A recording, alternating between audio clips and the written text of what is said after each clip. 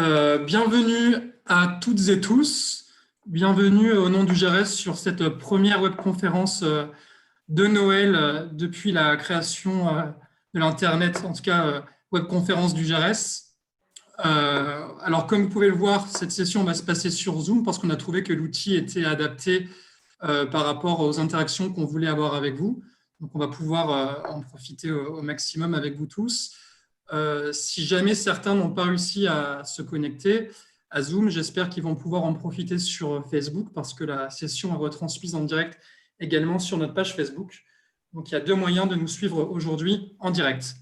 Dans tous les cas, cette session sera disponible en replay sur notre chaîne YouTube et elle sera a priori également toujours en replay sur Facebook une fois que la session live sera terminée.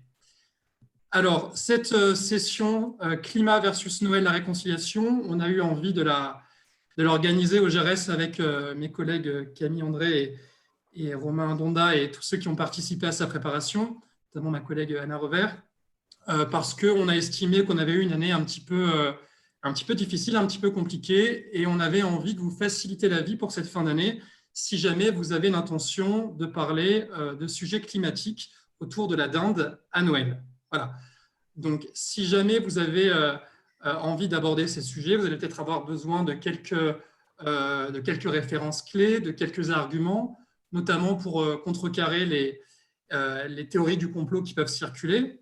Vous avez peut-être aussi envie de passer une fin d'année un peu plus éco-responsable pour ce Noël 2020, parce qu'on parle de plus en plus d'écologie, de changement climatique, mais on est souvent mis face à nos propres contradictions. On a envie de protéger la planète et en même temps, on a envie de se faire quand même plaisir parce qu'on va retrouver sa famille. Alors, pour répondre à toutes ces questions, je vais vous remettre entre les mains de mon collègue Camille André, qui est responsable climat et énergie au GRS et qui travaille sur ces questions depuis longtemps maintenant. Il a participé à toutes les dernières COP, donc ces fameuses conférences sur le climat qui ont lieu normalement chaque année en décembre, hors crise sanitaire. Et donc, il va pouvoir vous faire un topo sur la situation climatique actuelle, où est-ce qu'on en est, et vous donner également quelques astuces pour passer des fêtes de fin d'année, on va dire, plus climato-compatibles. Voilà. Donc, sachez que vous avez la possibilité de lui poser des questions par écrit dans le chat. Donc, moi, je vais surveiller les questions qui sont posées au fur et à mesure et je lui transmettrai quelques-unes en direct. Voilà. Il y aura également des sondages qui vont vous être proposés au fur et à mesure de la présentation. Des questions vont vous être posées par Camille. Donc, n'hésitez pas surtout à participer. Le but, c'est qu'on ait quand même une session la plus interactive possible avec vous. Voilà. Donc, je vous remercie encore une fois de nous avoir rejoints. J'espère que cette session va être intéressante. Et maintenant, je passe la parole à Camille André. Super, merci beaucoup Mathieu. Eh bien, bonsoir à toutes et tous. Alors du coup, comme l'a dit Mathieu, l'objectif de cette conférence, c'est vraiment de pouvoir vous présenter rapidement où est-ce qu'on en est en termes d'enjeux climat, de quoi ça parle lorsqu'on parle de changement climatique, qu'est-ce qu'on veut dire par là. Vraiment de vous équiper pour pouvoir en parler à Noël, quelle que soit l'heure du repas, avancé ou plutôt en démarrage de repas. Et vraiment, l'idée, c'est de vous donner quelques clés de compréhension de ce sujet. De vous permettre de mieux le saisir, pas forcément, le but, c'est pas que vous soyez des experts à la fin de cette session, mais vraiment que vous puissiez en saisir tous les tenants et aboutissants et que vous puissiez mieux décoder aussi tout ce qui se dit autour de ce sujet dans les médias, dans les différents lieux où on aborde cette thématique. Alors, l'idée, c'est que ça soit vraiment assez interactif. Donc, vous allez voir, j'ai prévu pas mal de petits moments où votre avis va vous être demandé. Vous allez pouvoir vous manifester sur des phrases, sur des questions et aussi sur certains petites sessions un peu plus interactives. OK ? Alors, pour commencer, donc l'idée, c'est vraiment de revenir sur la sémantique. Qu'est-ce qu'il y a derrière la notion de changement climatique, de climat ? Donc, de vous donner un petit peu de retour sur ce qu'on appelle les mots du climat, MOTS. Donc, la première petite session interactive démarre maintenant, puisque je vous demande d'écrire en un seul mot dans le chat ou dans la conversation sur Zoom, que vous me donniez le mot qui vous vient à l'esprit lorsque je dis changement climatique. Le premier mot qui vous vient. Et je vais laisser Mathieu me faire un petit retour là-dessus.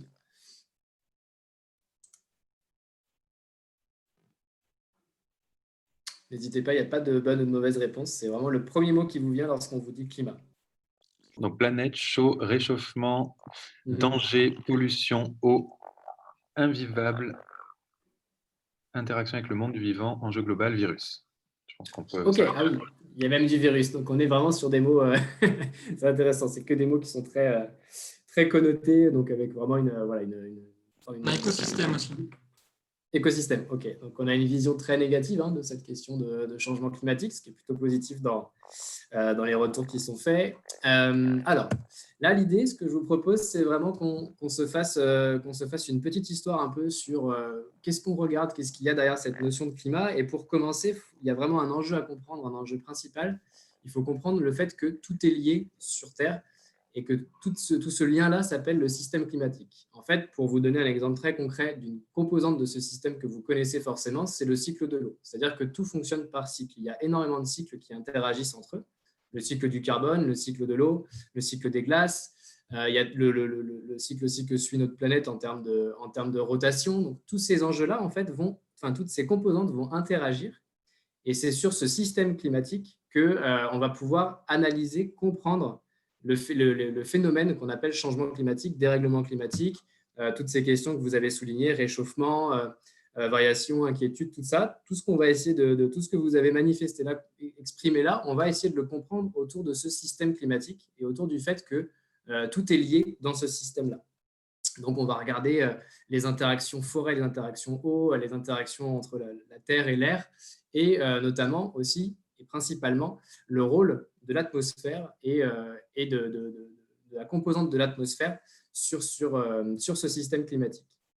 D'accord ? Donc, avant de commencer tout ça, je vous propose un petit exercice. Je vous donne cette phrase. Moins 3 degrés à Paris ce matin, donc le 6 mai 2019. On aurait bien besoin de réchauffement climatique maintenant. D'accord ? Donc, je vous donne cette phrase et vous me dites si, d'après vous, c'est de l'ordre de la météo ou de l'ordre du climat, une telle phrase. Donc, je laisse aussi Romain me dire. Romain doit vous faire un petit sondage. Et je laisse me dire les retours que nous aurons là-dessus. Donc, moins 3 degrés à Paris ce matin, on aura bien besoin de réchauffement climatique maintenant. Est-ce que c'est plutôt de l'ordre de la météo ou du climat? Et la date est importante, on était le 6 mai 2019. On a les deux en point d'interrogation.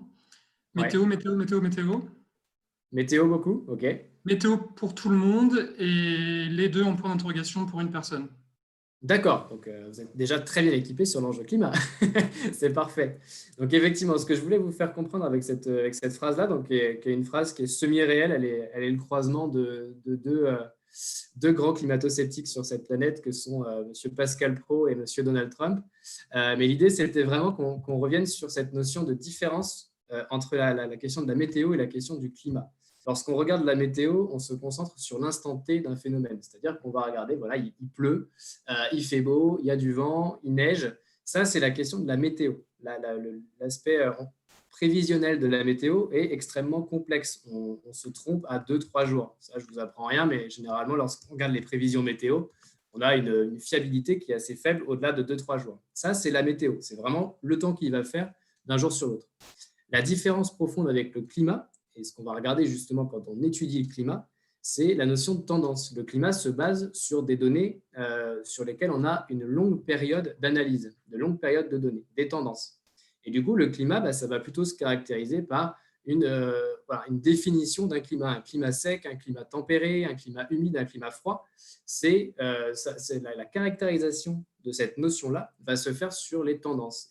Et les données qu'on va regarder pour ces tendances, c'est principalement les températures, mais aussi les précipitations, l'évolution des vents, toutes ces composantes-là qu'on peut analyser sur des longues périodes. Ça, c'est la différence entre météo et climat. Donc, quand on dit qu'il fait moins 3 degrés à Paris, c'est un phénomène météorologique. C'est-à-dire que ce qu'on regarde, c'est la variabilité naturelle du climat, c'est-à-dire ce qui va faire que le climat change d'un jour sur l'autre. Les tendances, elles, vont vraiment nous donner des évolutions sur une longue période et sont des tendances, du coup, qu'on peut analyser, qu'on peut comprendre et qu'on peut expliquer principalement. D'accord ? Donc, lorsqu'on parle de changement climatique, on va étudier les variations de ces tendances. C'est-à-dire qu'on va avoir des tendances qui caractérisent la normalité, on va dire, de d'un climat, d'une zone géographique donnée, d'un territoire donné. Et ce qu'on va étudier pour comprendre la notion de changement climatique, c'est vraiment les variations de ces tendances-là, c'est-à-dire les anomalies de température, les anomalies de précipitation, les anomalies aussi dans l'évolution des vents, dans la vitesse, dans la force des vents, par exemple. Tout ça, c'est ce qui compose la notion de changement climatique. D'accord? Donc là, vraiment, l'enjeu de base, c'est ces trois terminologies. Donc, aujourd'hui, l'idée, c'est de ne plus confondre ces notions-là. Mais je vois que déjà, avec la première petite question, c'était assez clair pour pas mal d'entre vous. Ensuite, ce qu'il faut vraiment comprendre, c'est la notion d'effet de serre. Donc, si je vous parle d'effet de serre, normalement, généralement, lorsqu'on entend le mot effet de serre, on pense à quelque chose de plutôt négatif. Donc, je vais vous demander, pour comprendre l'effet de serre, de faire un petit exercice de projection dans votre esprit. Vous allez vous mettre au volant d'une voiture, d'accord? Vous êtes en voiture, vous roulez sur la route tranquillement, fenêtres ouvertes, et vous allez remarquer que la température à bord du véhicule, avec les fenêtres ouvertes et en roulant, la température à bord du véhicule va être sensiblement la même que la température de l'air extérieur. D'accord? Donc ça, c'est notre situation initiale. Vous arrivez à destination, vous garez le véhicule, vous le laissez en plein soleil, et là, vous allez voir en fait que lorsque vous allez faire vaquer à vos occupations, vous allez revenir 1 ou 2 heures après, vous allez revenir dans l'habitacle de la voiture, qui était restée du coup fenêtre fermée au soleil. Eh bien, vous allez remarquer que la température a augmenté. La température est quasiment devenue irrespirable. Si on est en plein été en région provençale Côte d'Azur, ça va vite devenir très chaud dans le véhicule. Eh bien, cette métaphore de la voiture, c'est exactement ce qui se passe avec ce qu'on appelle l'effet de serre. C'est-à-dire que l'effet de serre, c'est en gros ce qui découle du rôle de l'atmosphère sur notre planète. C'est-à-dire que notre atmosphère est composée de gaz, et ces gaz vont jouer le même rôle que les fenêtres du véhicule. Ils vont emprisonner les rayons solaires qui rentrent sur Terre et les empêcher de tous repartir dans l'espace. Donc, l'effet de serre en lui-même, l'atmosphère, joue le rôle de couverture pour garantir une certaine chaleur sur la planète. D'accord? Ça, c'est notre situation normale. Donc, l'effet de serre, il est vital.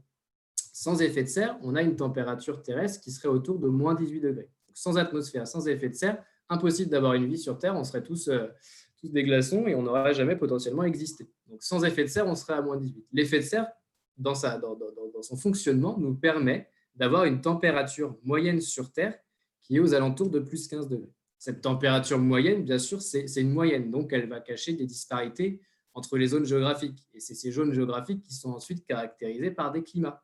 Donc, l'idée, c'est vraiment que selon l'exposition de la Terre au Soleil, selon la rotation de la Terre, selon la saison, selon toutes ces composantes-là, on va avoir des températures qui vont varier sur Terre. Mais la moyenne, on regarde, la moyenne qui caractérise notre planète, c'est plus 15 degrés. D'accord? Ça, c'est la situation normale, sans intervention extérieure. C'est ce qui se passe aujourd'hui, c'est ce qui caractérise aujourd'hui notre planète. D'accord? Plus 15 degrés.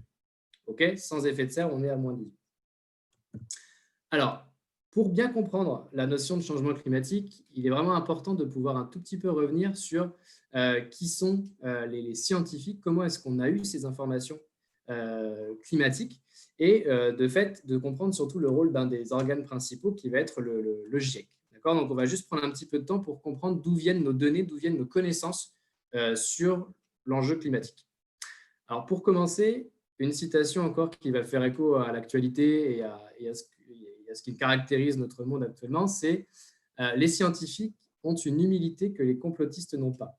Et ça, c'est vraiment intéressant de le conserver en tête sur le reste de la discussion qu'on va avoir, parce que c'est vraiment ce qui va vraiment définir la manière dont on comprend le phénomène climatique. La notion d'humilité là-dedans, de consensus, de besoin d'avoir vraiment un recul sur ces phénomènes est très importante.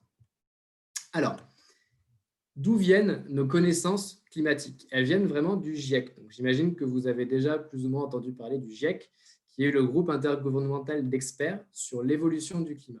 Donc, le GIEC, c'est vraiment un organe des Nations Unies qui a été fondé par l'Organisation mondiale de la météo et par le Programme des Nations Unies sur l'environnement, et qui a du coup pour vocation de faire ce qu'on appelle une méta-analyse des connaissances qu'on a sur l'évolution du climat. Alors, méta-analyse, c'est un petit peu chaud comme mot à 18h un mardi soir, mais l'idée, c'est vraiment de comprendre que le GIEC ne produit pas des travaux à part entière. Le GIEC analyse les travaux existants de différentes disciplines scientifiques. Alors, ça va être la physique, la chimie, la biologie, la géologie, la climatologie, la glaciologie, énormément de disciplines.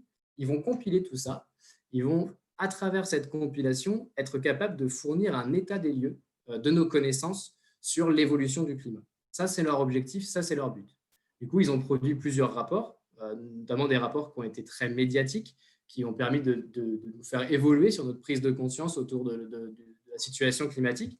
Et c'est vraiment à eux qu'on doit tout ce travail.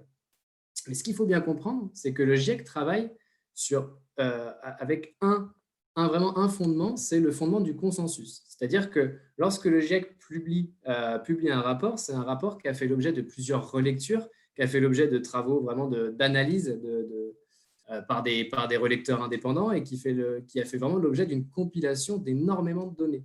Donc, on a, à travers les résultats que le GIEC nous met en avant, on a vraiment un consensus. Donc, ce que je vous ai mis là, c'est une illustration de ce qu'il faudrait faire si on voulait avoir un débat équilibré entre des complotistes et des consensus. C'est-à-dire qu'aujourd'hui, on a 99% des scientifiques qui nous disent la même chose sur le changement climatique. D'accord ? Ces scientifiques, ils se rassemblent derrière les conclusions du GIEC et ils les portent. Et on a à peu près 1% des scientifiques qui nous disent une autre voie que celle que le GIEC propose. Donc, du coup, si on voulait avoir un débat équilibré sur un plateau télé autour de la question climat, il faudrait qu'on ait 99 scientifiques qui disent exactement, ou presque en tout cas, la même chose, et une personne, un scientifique qui viendrait, en tout cas, qui viendrait porter une voix dissonante par rapport à ça. Et du coup, ça matérialise vraiment comment fonctionne le GIEC. C'est vraiment à travers ce consensus. C'est-à-dire que tout ce que le GIEC met en avant comme conclusion, comme travaux, ça fait l'objet de ce consensus. C'est-à-dire que c'est vraiment un travail sur énormément de rapports, énormément de données. Donc ça, il faut bien le comprendre, c'est le fonctionnement qu'on a derrière. Donc, même si on ne peut jamais, en science, parler de certitude, eh bien, à travers le GIEC, on a quand même 99% de certitude par rapport à ce qu'on avance. Donc, on a toujours une petite place du doute, mais en tout cas, on a cette certitude, d'accord, à travers ces conclusions. Et du coup, quelles sont leurs principales conclusions ? Eh bien, notamment que les gaz qui sont importants d'étudier aujourd'hui et qu'il faut absolument suivre sont les deux gaz à effet de serre que je vous ai présentés ici, le roi et le dauphin. Le roi, c'est le dioxyde de carbone et le dauphin, c'est le méthane. Et ça, c'est les deux responsables du dérèglement climatique qu'on observe aujourd'hui. D'accord ? On va revenir un peu plus en détail après sur comment on caractérise cette responsabilité, mais c'est vraiment les deux gaz aujourd'hui qui sont responsables et qui sont au cœur de l'étude que font les scientifiques sur les dérèglements climatiques. D'accord ? Ça, c'est nos deux gaz. Voilà, ça, c'était notre partie science. Alors là, l'objectif vraiment maintenant, ça va être de voir quelle est la situation, qu'est-ce qui se passe en termes de dérèglement, de quoi on parle lorsqu'on parle de mots du climat, mais plus les mots MOTS, mais bien les mots MAUX cette fois-ci. OK ? Et pour discuter de ça, je vous propose une nouvelle phrase.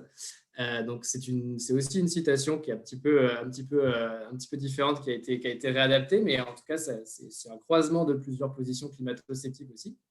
Soleil et volcans sont davantage responsables des changements climatiques que les humains. Alors, d'après vous, d'accord ou pas d'accord ? Normalement, vous avez un sondage qui vous a été proposé. Alors, j'ai l'impression qu'on ne peut pas voter. Nous, on ne peut pas, je crois, Mathieu. C'était marqué animateurs et conférenciers ne peuvent pas. Ah mince, je voulais voter, moi. Alors, il y a aussi des gens qui écrivent. Si les gens participent, c'est l'essentiel.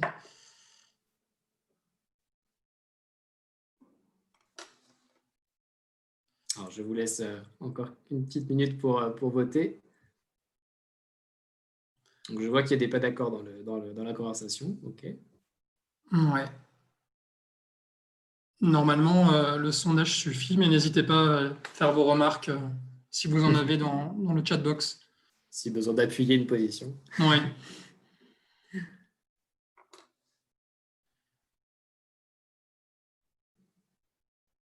Normalement, Romain, qui était la technique, va pouvoir nous partager les résultats du sondage. Les voici, 74% pas d'accord. OK, mais on a quand même 16% je ne sais pas et 11% de d'accord. Donc, c'est intéressant. C'est pas non plus, sur un 99%, 1% par exemple. Donc, on n'est pas au niveau du GIEC sur le consensus. C'est déjà pas mal. Donc, ça veut dire qu'il y a un petit peu, il y a de la matière aussi à pouvoir discuter de ce sujet-là. OK, super. Donc, je n'en donne pas plus pour l'instant. Je vais vous présenter la suite et on va pouvoir en discuter un peu plus en détail. Alors, Donc, pour bien comprendre cette notion de dérèglement climatique, il est vraiment important de revenir à un scientifique notamment. Alors, ce n'est pas le seul, mais c'est un scientifique assez emblématique sur la compréhension qu'on a aujourd'hui du dérèglement climatique. C'est un Français qui s'appelle Claude Lorius, donc qui en 1986, en fin de guerre froide, était en train de mener un travail scientifique d'étude des glaces, donc il était glaciologue, et il faisait ce travail en Antarctique aux côtés des Russes et des Américains. Donc lui était sur l'étude des glaces et les Russes et les Américains étaient sur aller chercher au fond de l'Antarctique ce qu'il y avait comme potentielles ressources naturelles à exploiter. Et du coup, un soir de boulot, il était en train de boire un verre avec ses collègues et en fait, il a remarqué que le glaçon qui était dans son verre commençait à fondre et en fondant, émettait des petites bulles d'air qui se mettaient à la surface de sa boisson. Et en fait, il a eu l'intuition que ces bulles d'air, puisque son glaçon provenait des glaces sur lesquelles il avait travaillé dans la journée, alors pas celles qu'il était supposé étudier, bien sûr, mais en tout cas des glaces sur lesquelles il était en train de bosser. Et en fait, il a eu l'intuition que ces bulles d'air devaient contenir l'air qui était l'air en fait au moment où la glace s'était formée, donc, qui avait été capturé lorsque la glace s'était formée. Et de cette intuition, il a déduit que si on allait chercher ces mêmes bulles d'air, mais dans des glaces beaucoup plus profondes de la surface de l'Antarctique, et ben on aurait une image de ce qu'était l'air, l'atmosphère, à l'époque où la glace s'est formée. Puisque de fait, en Antarctique, la glace n'avait jamais fondu, en tout cas en 1980, à l'époque où Claude Lorius faisait ses études. Donc, de ce travail-là, il a travaillé avec les Russes pour aller récupérer des carottes glaciaires qui avaient été creusées à l'endroit le plus froid de la planète et il a pu remonter dans le temps. Avec ce travail-là, il a pu analyser la composition de l'atmosphère dans le temps jusqu'à plus de 800 000 ans d'histoire de l'atmosphère et de l'histoire du climat. Et qu'est-ce que ça a donné, ce travail? Donc là, je vous présente en fait vraiment le résultat qu'il a obtenu sur 800 000 ans d'évolution.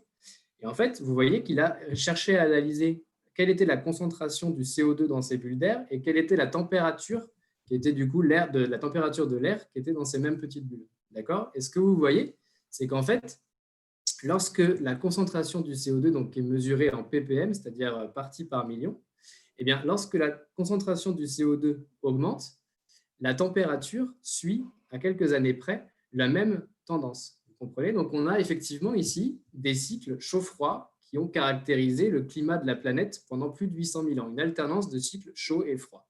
Et si vous regardez l'échelle qui est l'échelle qui correspond au graphique de la concentration du dioxyde de carbone, vous voyez qu'en fait, on n'a jamais eu une concentration supérieure à 280, voire 300 parties par million.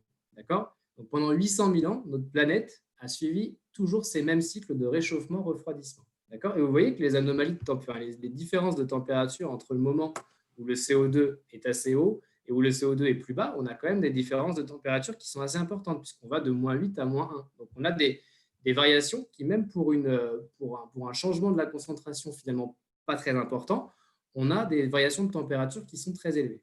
D'accord? Ça, c'est la situation initiale sur laquelle tombe Claude Lorius. Et en continuant cette analyse et en la renforçant avec des nouveaux travaux, notamment sur la composition de l'atmosphère actuelle, avec les nouvelles techniques qu'on a aujourd'hui, voici les conclusions de ces travaux scientifiques et les principales conclusions du GIEC sur l'évolution de la composition de notre atmosphère. Et aujourd'hui, nous sommes à 414 parties par million de CO2 dans l'atmosphère. Et ça, c'est un niveau qui n'a jamais été atteint en 800 000 ans. Donc, en 800 000 ans d'évolution, on n'a jamais atteint ce pic-là de concentration de CO2 dans l'atmosphère. D'accord? Et cette modification-là, elle est apparue sur les données à partir du moment, donc à peu près autour de 1850-1890, à partir du moment où on a commencé massivement à changer notre mode de production et à se tourner vers un processus beaucoup plus industriel, donc à engager nos différentes révolutions industrielles, que ce soit par la combustion notamment du charbon ou du pétrole ensuite, dans un second temps. Et tout ça a engendré cette rupture dans la tendance des cycles du carbone qui ont caractérisé notre planète sur 800 000 ans. D'accord? Donc là, vous avez quasiment les 3/4 de la compréhension du phénomène climatique aujourd'hui et des changements, enfin en tout cas des causes qui vont ensuite faire le dérèglement climatique tel qu'on les connaît aujourd'hui. D'accord? Alors, ces nouvelles émissions de CO2, ces nouvelles émissions de gaz à effet de serre, elles sont principalement liées aux activités humaines. Les activités humaines, ça va être les déplacements. Les déplacements, ça peut être par les avions, par les voitures, par tous les modes de déplacement qu'on a qui font appel à de la combustion. Ça va être les processus industriels, ça va être la production d'énergie fossile et l'agriculture, et en tout cas tout ce qui est aussi tout ce qui est vraiment production de matières agricoles. D'accord ? Donc 88% des émissions humaines viennent de ces différentes activités. OK ? Les derniers pourcents qui nous restent, ça vient de tout ce qu'on appelle changement d'usage des terres et surtout principalement la déforestation qu'on engage pour pouvoir étendre nos surfaces de culture et étendre nos surfaces d'élevage. Ça, c'est nos sources d'émissions. D'accord ? Donc, c'est de là que vient ce surplus de CO2 dans l'atmosphère. D'accord ? C'est de ces deux principales composantes. Donc, les émissions directes et les émissions indirectes. Pour freiner tout ça, puisque je vous ai montré cette courbe sur 800 000 ans et il y a bien eu des variations sans nous. Donc, il y a toujours eu à la surface de la Terre des freins naturels au dérèglement climatique, en tout cas à l'accumulation de CO2 dans l'atmosphère. Ces freins naturels, c'est ce qu'on appelle les puits de carbone. Ces puits sont au nombre de deux principalement, dont un qui est composé de deux composantes. Donc, on a 29% de nos gaz à effet de serre qui sont captés à la fois par les sols et par les forêts. D'accord ? Donc 29% des émissions de CO2 liées aux activités humaines sont captées par les sols et les forêts. Les 26% restants sont captés par les océans. Malheureusement, ça fait 45% de nos émissions à nous qui filent dans l'atmosphère directement parce que la planète, dans l'état actuel dans lequel elle est, avec les puits de carbone tels qu'ils sont à l'état naturel, n'est pas capable de capter ce surplus-là. Et c'est ces 45% qui provoquent cette rupture. D'accord ? Donc jusqu'ici, sans notre surplus d'activité, finalement, nos forêts et nos océans, nos sols, captaient naturellement les émissions de carbone supplémentaires et pouvaient permettre à ces cycles de fonctionner de manière naturelle et du coup à avoir ces alternances de cycles chauds et froids. Maintenant, avec le surplus d'émissions qu'on a fait, nos puits de carbone ne suffisent plus et du coup, on a un facteur, en tout cas, on a une concentration de CO2 dans l'atmosphère qui est supérieure. Et la conséquence directe, eh bien, puisque lorsque la concentration de CO2 dans l'atmosphère est supérieure, la température augmente. Donc, on a aujourd'hui une température moyenne sur Terre qui est 1,2 degrés supérieure à la normale. Et la normale, c'est ces 15 degrés de situation normale. D'accord ? Donc, en 2020, les dernières mesures montrent qu'on a une température moyenne qui se réchauffe et cette tendance, en tout cas à la hausse, elle ne s'arrête pas, elle ne fait que s'accroître. Donc là, le graphique qui est là, il pourrait être encore un petit peu mis à jour parce que du coup, la hausse ne fait que se poursuivre. Donc on a une hausse des températures en conséquence de cette concentration en CO2 qui s'accumule. D'accord ? Donc vraiment, le changement climatique, les changements climatiques, tout est là-dedans. Est-ce que c'est clair jusqu'ici ? Est-ce qu'il y a des questions ? Ouais, je t'en prie. Ouais, justement, j'en profite pour intervenir parce que la question initiale sur les volcans en a inspiré quelques-uns. Il y a des remarques intéressantes. Je ne sais pas si tu veux rebondir. Il y avait Sam qui disait que les volcans ont une influence limitée dans le temps. Et Alexander qui disait « Tout dépend du contexte. Certaines explosions volcaniques ont provoqué d'importantes baisses de température dues à l'émission de particules dans l'atmosphère. Et ce n'est clairement pas la cause du réchauffement actuel. » Voilà. Je ne sais pas si tu veux. Tout à fait. Pas forcément, je pense qu'on va à peu près dans la même idée. Hein. C'est vraiment cette question que du coup, la situation telle qu'on l'a aujourd'hui, le dérèglement avec l'ampleur qu'il a aujourd'hui, c'est réellement un dérèglement qui est lié à nos activités humaines, c'est-à-dire à la manière dont nous avons pu modifier la composition de l'atmosphère. Donc, on est à peu près dans les mêmes choses. OK. Alors, je vous ai mis ici une citation du secrétaire général de l'Organisation mondiale de la météo qui a publié son rapport annuel sur l'évolution du climat il y a quelques jours. Et du coup, il disait que le dioxyde de carbone demeure pendant des siècles dans l'atmosphère et encore plus longtemps dans les océans. La dernière fois que la Terre a connu une teneur en CO2 comparable, c'était il y a 3 à 5 millions d'années. Donc, la température était alors de 2 à 3 degrés plus élevée qu'aujourd'hui et le niveau de la mer était supérieur de 10 à 20 mètres au niveau actuel. La différence, c'est qu'on n'était pas 7,7 milliards. Et on est là vraiment sur quelqu'un qui, c'est un scientifique, ce n'est pas un politicien. Donc, on est vraiment sur une analyse très factuelle de la situation telle qu'on la connaît aujourd'hui. D'accord ? Donc, hop. Ce que je vous propose maintenant, c'est, parce qu'on va passer maintenant plus aux conséquences et aux futurs possibles climatiques, donc je vous propose un nouveau petit débat, donc un nouveau sondage autour de cette phrase. Donc 0,2 degrés dans 50 ans, on ne s'en rendra même pas compte. Donc là, l'idée, c'est que vous disiez aussi si vous êtes d'accord ou pas d'accord avec cette affirmation. Je vous laisse quelques minutes pour voter. Donc 0,2 degrés dans 50 ans, on ne s'en rendra même pas compte. Quelques minutes, quelques secondes. Quelques secondes, allez, ça marche.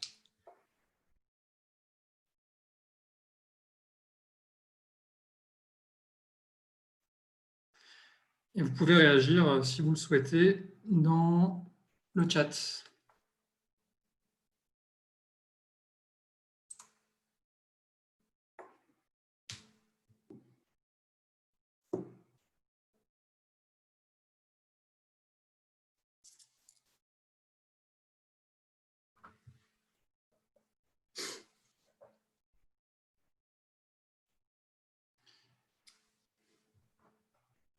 Pas d'accord à 84%. Effectivement, Et là, c'est d'accord à plus point 11%. massif. OK. Donc, je ne sais pas si tout le monde a pu voter, mais je vois que la majorité est quand même pas d'accord avec cette phrase. Et effectivement, c'est tout à fait juste. Alors, cette phrase, elle est quand même issue de… Alors, celle-ci, je ne l'ai pas transformée. C'est une vraie citation qui est donc issue d'un scientifique qui s'appelle François Gervais, qui, du coup, passe beaucoup de temps dans des émissions à expliquer que finalement, le GIEC se trompe et que le dérèglement climatique n'aura absolument aucun impact ni sur nos modes de vie, ni sur la planète, ni sur quoi que ce soit d'ailleurs. Donc, c'est un vrai beau climato-sceptique et il est quand même très suivi dans son domaine. Donc, c'est assez inquiétant. C'est pour ça que je me suis permis de vous la remettre ici.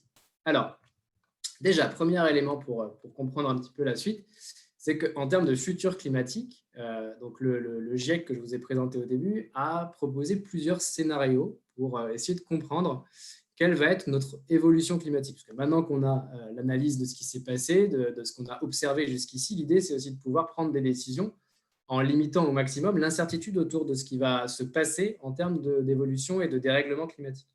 Ces scénarios que le GIEC a proposés dans son dernier rapport sont au nombre de 4. Vous voyez, ces 4 scénarios dépendent de la concentration future du CO2 dans l'atmosphère. Et du coup, pour étudier ces différentes concentrations, bien, ça vient des différents choix politiques que vont faire nos dirigeants, que vont faire les différents pays du monde. Et vous voyez qu'en fait, selon les choix qui vont être faits, la température ne sera pas la même d'ici à 2100. Et déjà, ce que vous pouvez regarder par rapport à la phrase de Gervais, c'est que si on se projette à 2070, on sera déjà bien au-dessus des 0,2 dans 50 ans, d'accord, puisqu'on sera plus autour de 2 degrés, soit par rapport à 1,2, une hausse déjà de 0,8. Vous voyez, on est déjà sur quelqu'un qui joue pas mal avec les chiffres. Donc, ça, c'est la première chose. Et ensuite, on voit que ces évolutions de température peuvent être extrêmement diverses, mais surtout très, très importantes selon les choix qu'on va faire, puisqu'on oscille quand même entre plus 2 à plus 7 degrés d'ici à 2100. Si on ne fait absolument rien, plus 7 degrés, si on essaye d'atteindre ce qu'on appelle la neutralité carbone, c'est-à-dire qu'on réduit nos émissions et qu'on capte tout ce qu'on ne peut pas réduire, donc on atteint un niveau d'émission nette qui nous permet de compenser tout ce qu'on émet. Et bien, si on fait ça, d'ici à 2080, on a quand même une hausse des températures qui frôlera et qui dépassera potentiellement même les 2 degrés. D'accord ? Donc, on voit que quoi qu'on fasse aujourd'hui, si nos actions ne sont pas assez ambitieuses, on va vers une élévation des températures qui sera d'un certain ordre. D'accord ? Ça, c'est ce que nous donne comme projection le GIEC. Alors, pourquoi est-ce qu'il y a un enjeu à limiter le réchauffement ? Pourquoi est-ce que finalement, finalement il y a des évolutions, mais pourquoi est-ce que c'est vraiment important de le freiner le plus rapidement possible ?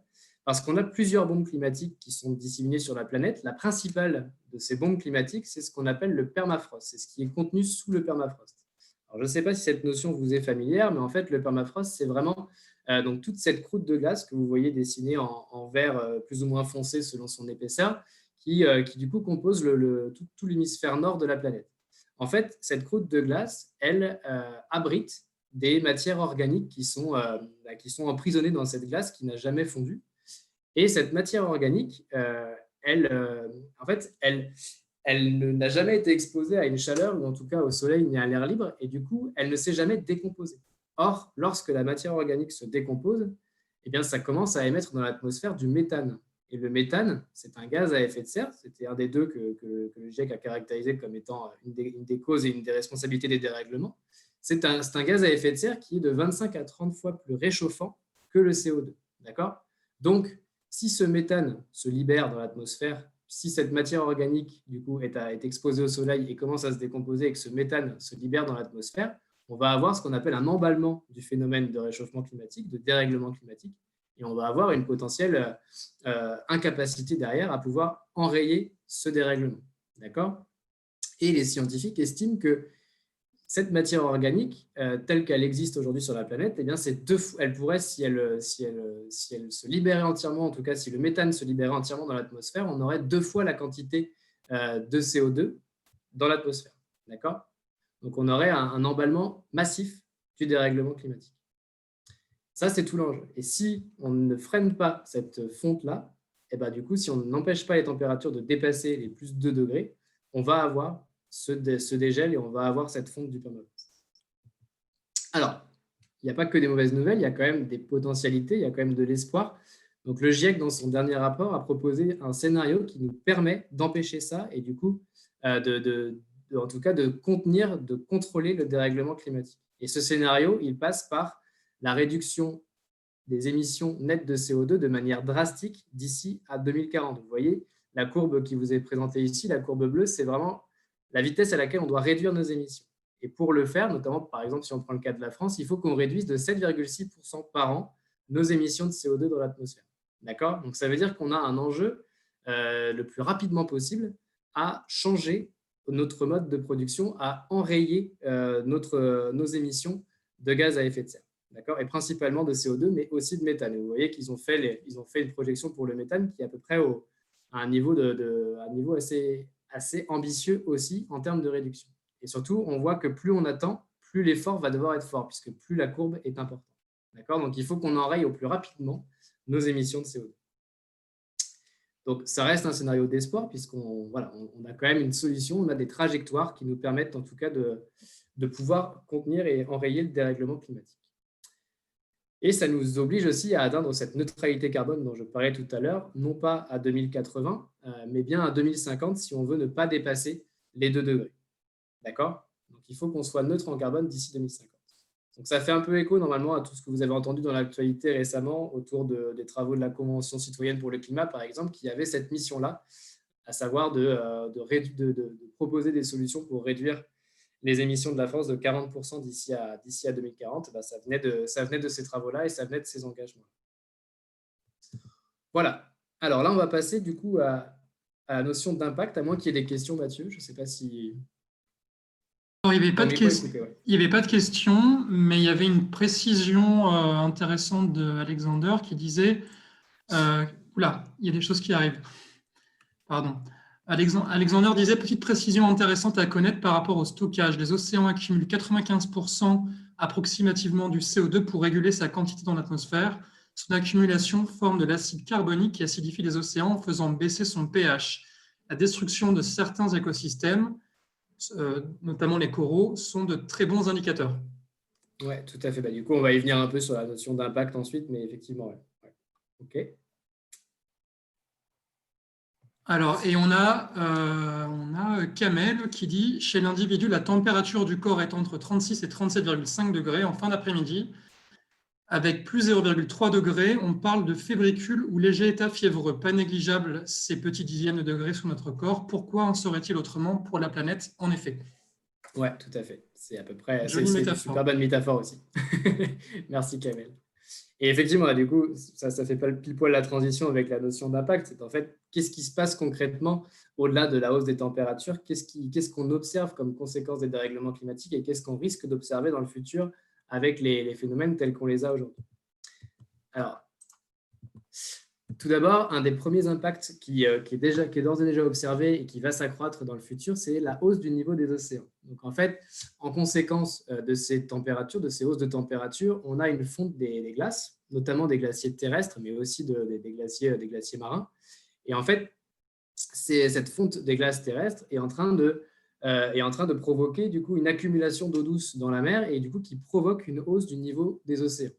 Et cette hausse-là ne va faire que s'accroître et s'empirer dans les années à venir. Alors, pourquoi c'est un problème? Parce qu'il y a énormément de population qui vit au bord des mers, au bord des littoraux, et qui, du coup, elle va être exposée à cette hausse du niveau des océans. Et ça va provoquer de l'érosion, ça va provoquer potentiellement des déplacements de population, ça va provoquer de la salinisation des terres et des nappes phréatiques, des eaux disponibles en surface. Donc ça, c'est un des impacts. Un autre impact, ça va être tout ce qui concerne le dérèglement des sécheresses, des inondations. On va observer de plus en plus de sécheresses, de plus en plus d'inondations dans des territoires qui sont d'ores et déjà vulnérables, qui sont d'ores et déjà exposés à ces phénomènes-là. Et en fait, les changements climatiques vont accroître ces phénomènes extrêmes de température ou de précipitation, qui vont avoir ces conséquences. Dans la même logique, on va avoir une augmentation, une augmentation en tout cas de l'intensité, de la puissance des tempêtes, notamment des phénomènes extrêmes type ouragan, type cyclone. Donc, on va avoir des catastrophes qui vont être de plus en plus intenses, de plus en plus fortes. Donc là, pour faire aussi écho à ce que disait Alexander, donc il y a aujourd'hui des conséquences très directes des changements climatiques sur la biodiversité, puisqu'on a une modification des milieux, une modification du système climatique qui a des impacts en fait sur les arbres, sur la végétation, sur les animaux, et qui du coup est en train de provoquer une réelle diminution du nombre d'espèces qui sont en capacité de vivre avec ce nouveau climat, puisque du coup le changement se fait tellement rapidement que ces espèces ne sont pas capables de s'y adapter. Ensuite, on a des menaces sur tout ce qui est agriculture et élevage. On va avoir des menaces concrètes, puisqu'avec le dérèglement climatique, avec l'accroissement des températures, on va avoir des cultures qui ne sont plus adaptées aux milieux dans lesquels elles ont toujours évolué, qui vont du coup voir leur rendement se réduire. On va avoir des cultures qui ne pourront plus pousser dans certains milieux. Pareil, on va avoir des élevages qui vont être menacés aussi parce que de moins en moins de terres arables ou de terres disponibles pour les pâturages. On va avoir une modification très concrète aussi de tout ce qui est mousson, de ce qui est saison des pluies. Ça, c'est quelque chose qu'on observe d'ores et déjà aujourd'hui, la réduction de certaines durées de saison des pluies, l'intensification aussi de ces saisons, c'est-à-dire qu'au lieu de pleuvoir sur une période juin-décembre, on va avoir des pluies qui vont s'étendre sur des périodes plutôt août à octobre. Or, la quantité ne va pas forcément être différente. Donc, on va avoir des pluies de plus en plus intenses qui vont provoquer des dégâts et des dommages très importants, notamment sur l'agriculture, mais qui peuvent aussi entraîner des inondations. Tout ça est vraiment totalement interconnecté en termes d'impact. On a aussi des dangers sur la santé. Donc ça, au-delà de la situation sanitaire telle qu'on la connaît aujourd'hui, dont on n'a pas forcément encore une idée très précise de la cause initiale, on sait que sous le permafrost dont je vous parlais tout à l'heure, il y a des matières organiques, mais il y a aussi des virus qui sont accumulés là, des bactéries qui sont là. Et c'est potentiellement des virus et des bactéries que l'homme n'a jamais connus, puisque la glace n'a jamais, en tout cas de vie d'homme, cette glace n'a jamais dégelé. Mais on a aussi des choses beaucoup plus concrètes. Ce qu'on observe, par exemple, en région Provence-Alpes-Côte d'Azur depuis plusieurs années, c'est la remontée de certains moustiques, de certains ravageurs qui vont transporter des maladies auxquelles on n'était pas habitué dans nos climats jusqu'ici, puisque de fait, l'évolution du climat qui caractérise nos pays sont des climats qui sont maintenant favorables à ces espèces-là. Donc, vous voyez, on va avoir des maladies qui vont évoluer, qui vont se déplacer sur la planète et qui vont parfois toucher des systèmes de santé qui ne savent pas y faire face. De fait, en conséquence de tous ces impacts, on a deux impacts plus indirects, mais qui sont aujourd'hui des réelles sources d'inquiétude. C'est tout ce qui va être hausse des conflits et multiplication des migrations climatiques. Donc, on a aujourd'hui des études qui commencent à montrer que certains conflits qui ont émaillé la planète depuis plusieurs années sont liés à certaines conséquences, en tout cas à des causes climatiques à la base, qui peuvent avoir engendré des famines, qui peuvent avoir engendré des difficultés d'accès à des services de santé, des choses comme ça, qui ont pu dégénérer en conflit. Pareil, les migrations climatiques, c'est quelque chose qu'on observe de plus en plus. Certaines populations n'ont plus le choix en fait, face à tous ces impacts que de migrer. Et du coup, elles ne peuvent plus s'adapter. Donc, c'est la seule option d'adaptation qui reste, c'est la migration climatique. Et on estime que ces migrations ne vont faire que s'accroître si ces impacts ne sont pas enrayés. Donc, vous voyez, la question des changements climatiques, ça fait écho à beaucoup plus de choses que la simple élévation des températures ou la modification des pluies.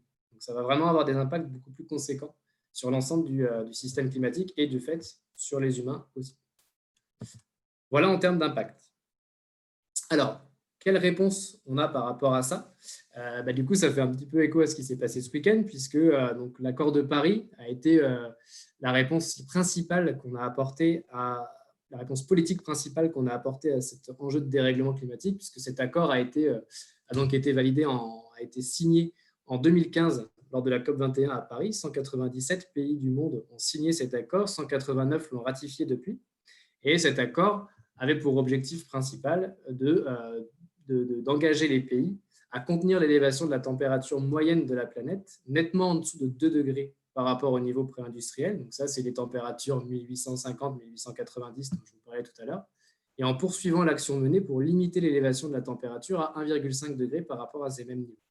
Donc tout l'enjeu de la réponse politique, c'est vraiment si l'engagement est pris sur l'élévation des températures, ça veut dire derrière un engagement sur la limitation de la concentration du CO2 dans l'atmosphère. Or, pour limiter cette concentration du CO2 dans l'atmosphère, il faut mettre en place des politiques de changement, en tout cas de société, de changement des modèles économiques.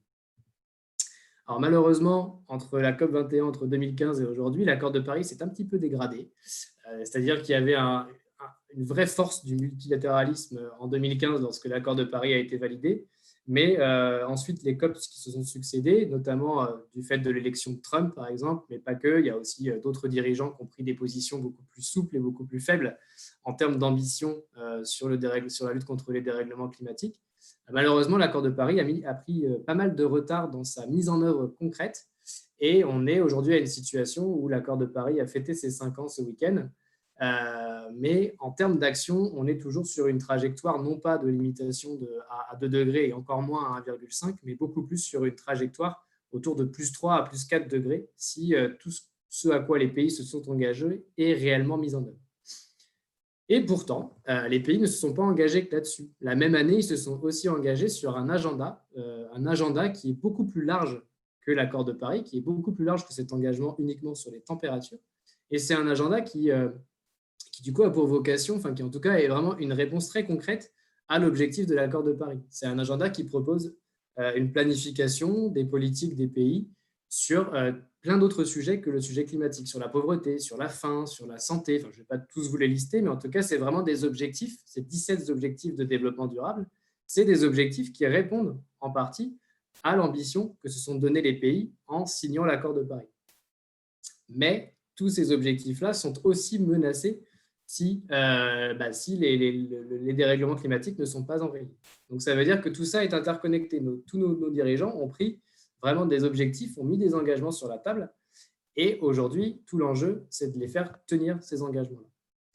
Et de fait, 5 ans après l'accord de Paris, 5 ans après l'agenda 2030, on est aujourd'hui encore très loin d'atteindre l'ensemble de ces objectifs. Voilà pour cette première partie sur les enjeux climatiques qui, je l'espère, vous donne quelques éléments pour pouvoir en discuter à table à Noël, avant qu'on passe à justement quoi faire de ce Noël. Donc, est-ce qu'il y a des questions sur tout ça? On en a pris quelques-unes en cours de route, mais... Il n'y a pas eu de remarques ou de questions depuis les derniers éléments que tu as présentés. Donc, si vous avez des questions, posez-les maintenant. On vous donne quelques secondes pour le faire. Sinon, on passera à la suite, on passera au repas de Noël et aux préparations.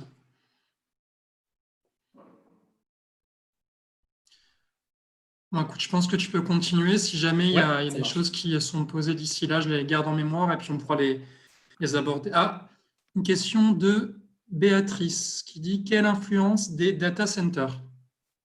Alors là, on rentre sur un tout autre sujet qui est celui du numérique et du poids du numérique. Alors, je ne vais peut-être pas forcément rentrer trop dans la précision des chiffres, mais en tout cas, oui, de fait, les data centers sont des postes de consommation et d'émissions, de consommation d'énergie et du coup d'émissions de gaz à effet de serre. Donc, tout dépend en fait de comment votre pays est alimenté en termes d'énergie. Donc, si vous êtes sur une énergie qui est très carbonée, type charbon ou type pétrole, de fait, vos data centers vont avoir un impact fort en termes d'émissions de CO2 puisqu'ils vont consommer beaucoup d'énergie. Donc, la question du numérique repose en tout cas sur la dimension data center, sur la consommation d'énergie de ces centres. Une question de Marina qui dit « Je n'ai pas bien compris pourquoi… » Oui, en fait, je n'avais pas vu, mais elle demande pourquoi la déforestation est considérée comme émission indirecte. Est-ce que tu pourrais réexpliquer? Alors, du coup, c'est parce qu'en fait, la déforestation, alors, du coup, tout ce qui est émissions directes, c'est vraiment toutes les activités qui vont, pour leur objectif final, émettre du CO2. La déforestation, son objectif final, c'est du coup de pouvoir, c'est vraiment du coup de pouvoir permettre plus d'agriculture, plus d'élevage, principalement, puisque l'élevage est à 80% responsable de la déforestation. Donc, en fait, c'est ce qu'on appelle la variation de l'usage des terres, en fait. C'est au-delà de la déforestation. C'est vraiment tout ce qu'on fait sur la modification de l'usage des terres. Et du coup, ça a des émissions indirectes, puisqu'en fait, ça vient du fait qu'on détruit nos puits de carbone. Donc, en fait, on les empêche de capter plus, on réduit leur capacité de captage, et en plus, du coup, ne serait-ce que la combustion du bois est aussi un facteur d'émission. Donc, vous voyez, ça vient plutôt du fait que ça découle d'un usage. En fait. C'est pour ça qu'on appelle ça des émissions indirectes. On a 2 autres questions qui sont arrivées, si on a encore le temps. On a Sophie qui dit est-ce qu'une entité est chargée de contrôler la mise en œuvre des objectifs politiques? Alors, contrôler, tout dépend ce que vous entendez par contrôler. Disons qu'il y a des entités aujourd'hui qui sont en charge de mesurer si les engagements qui sont pris par les pays sont effectivement pris. Par contre, de là, en tout cas, une fois que cette vérification est faite, il n'y a pas réellement on va dire, de contraintes qui peuvent être mises sur un pays. Ça va être une contrainte qui va être beaucoup plus une contrainte de réputation, c'est-à-dire que si un pays est complètement à la masse sur ses engagements climatiques, de fait, il va pouvoir être un petit peu rattrapé par la patrouille qui va lui dire il n'y a aucune ambition, il n'y a rien qui est fait. Et c'est beaucoup plus un fonctionnement, on va dire, de réputation et de contrôle par les pairs, par les autres pays. Il n'y a pas de processus capable de condamner un pays pour non-respect de ses émissions climatiques. Alors ça commence de fait à arriver avec les différentes plaintes qui ont pu être faites par certains citoyens dans leur propre pays. Du coup, il y a des plaintes qui sont faites contre les gouvernements pour inaction climatique, mais ça ne va pas être d'un pays par rapport à un autre. Et on n'a pas encore vu les résultats de ces plaintes-là. Est-ce que la justice est capable de forcer un État à appliquer ses engagements et ses objectifs? On verra bien si ça fonctionne. Est-il encore possible de sauver notre planète? C'est ça, vu le retard que nous avons? C'est ça, la question suivante. Est-ce que c'est trop tard? On va le voir avec Noël. Mais il y a plein de choses. Enfin, en réalité, aujourd'hui, on peut, si on éteignait complètement la planète, il y aurait de fait, je ne peux pas vous mentir, mais il y aurait de toute façon un phénomène de réchauffement qui continuerait. Ça vient du fait que le CO2, que le dioxyde de carbone principalement, a une longue durée de vie dans l'atmosphère. Il ne disparaît pas rapidement. Donc, du coup, son impact en termes de réchauffement perdure. Par contre, si on suit la trajectoire que je vous ai montrée, celle qui est proposée par le GIEC de réduction drastique de nos émissions supplémentaires, et que derrière, on renforce nos puits de carbone, c'est-à-dire qu'on plante plus de… déjà, on arrête de faire de la déforestation, première chose. Ensuite, on renforce les forêts telles qu'elles existent aujourd'hui. On essaye de réduire, voire de désartificialiser certains sols, c'est-à-dire qu'on restaure des sols aussi pour qu'ils puissent retrouver leur fonction de captation de carbone. Là, si on fait ça assez rapidement, on a une chance en tout cas d'enrayer le réchauffement. C'est la seule chance qui nous reste. Après, il faut le faire très vite. C'est ce que je vous disais. D'ici 2040, il faut qu'on ait complètement inversé la tendance. Or, pour l'instant, ce n'est pas vraiment ce qu'on fait. Mais en tout cas, c'est l'objectif. Ok, merci pour ton optimisme. Dernière remarque. Et effectivement, vous voyez qu'Alexander… tout à fait. Mais c'est tout à fait vrai. Je n'ai pas parlé de tous les gaz à effet de serre, parce que l'idée, c'était quand même de rester sur les deux principaux. Mais il y a effectivement il y a deux autres gaz à effet de serre. Un qui découle des activités agricoles et qui est effectivement le protoxyde d'azote, et qui, du coup, lui, est un gaz à effet de serre avec un pouvoir de réchauffement qui est bien plus important à la fois que le méthane et que le dioxyde de carbone. Et il y a un autre gaz qui a un impact fort aussi, c'est celui qui est contenu dans les vieux réfrigérateurs. C'est les gaz fluorés, on appelle ça, et ceux-là ont un pouvoir réchauffant jusqu'à 10 000 fois supérieur au CO2, mais c'est des gaz qui, en proportion, sont bien moindres que le CO2 et le méthane. Donc, avec le CO2 et le méthane, si on agit sur ces deux gaz-là, déjà, on couvre plus de 90% de nos émissions. Mais effectivement, il y en a d'autres. Il ne faut pas les négliger non plus. Okay. Bon, merci à tout le monde d'avoir réagi. Et puis, on va continuer. Ben, tout à fait. Et on va passer quand même sur des choses de qu'est-ce qu'on peut faire, nous, à notre niveau. Parce qu'il y a quand même… il y a quand même là, il y a un constat, il y a des enjeux, il y a un dérèglement climatique qui est engagé, mais on peut faire des choses à notre niveau aussi, même si voilà, c'est pas forcément nous à l'échelle d'ARPA de Noël qu'allons inverser la tendance, mais on peut faire plein de choses quand même pour réduire notre impact, en tout cas individuel, sur l'enjeu climatique. Alors pour commencer, une citation à nouveau qui est de Arun Dati-Roy, qui disait qu'on ne fera pas un monde différent avec des gens indifférents. Alors je peux espérer que si vous êtes là aussi aujourd'hui, c'est que vous n'êtes pas de ces gens indifférents, mais l'idée c'est vraiment qu'on peut faire quelque chose, mais que pour faire quelque chose, il faut aussi comprendre ce qu'on peut faire et comprendre aussi quel est l'enjeu auquel on s'attaque. Alors tout d'abord, je me dois d'être très franc avec vous, c'est que lorsqu'on parle d'action individuelle sur la lutte contre les changements climatiques, il n'y a pas de solution miracle. S'il y avait une solution simple, ça ne serait pas un problème, la question climatique. S'il y avait une seule solution qu'on pourrait appliquer, peut-être qu'on l'aurait mise en œuvre. Mais en tout cas, on la connaîtrait et on pourrait se dire qu'on peut le faire. On est face à un problème complexe. Donc, il n'y aura forcément pas de solution miracle. Ça ne sera jamais tout blanc, tout noir. Il n'y a pas une chose que vous pouvez faire qui va tout changer du jour au lendemain. L'idée, c'est vraiment de voir la transition écologique et solidaire comme un moyen un peu de se mettre dans l'action, en tout cas à son échelle individuelle, de pouvoir faire quelque chose et de se sentir peut-être un peu mieux par rapport à cet enjeu qui nous dépasse tous à l'échelle individuelle, mais qui va du fait tous nous concerner à l'échelle collective de l'humanité. Donc c'est vraiment ça qu'il faut essayer de percevoir dans ce que je vais vous présenter là. Donc, encore une fois, les solutions qu'on va vous donner, c'est des solutions qui ont leurs limites. Et l'idée, ce n'est pas du tout de vous dire si vous faites ça, tout est parfait, le problème est réglé. Ce n'est vraiment pas ça. On est vraiment sur une approche d'essayer en tout cas de se mettre dans une perspective de changement et de se dire que ce qu'on peut faire à notre échelle, c'est quand même déjà ça par rapport au problème. Alors tout d'abord, pour comprendre un petit peu pourquoi est-ce qu'on vous propose ces gestes, donc je vous ai parlé d'objectifs politiques, je vous ai parlé d'enjeux de limitation des émissions de gaz à effet de serre.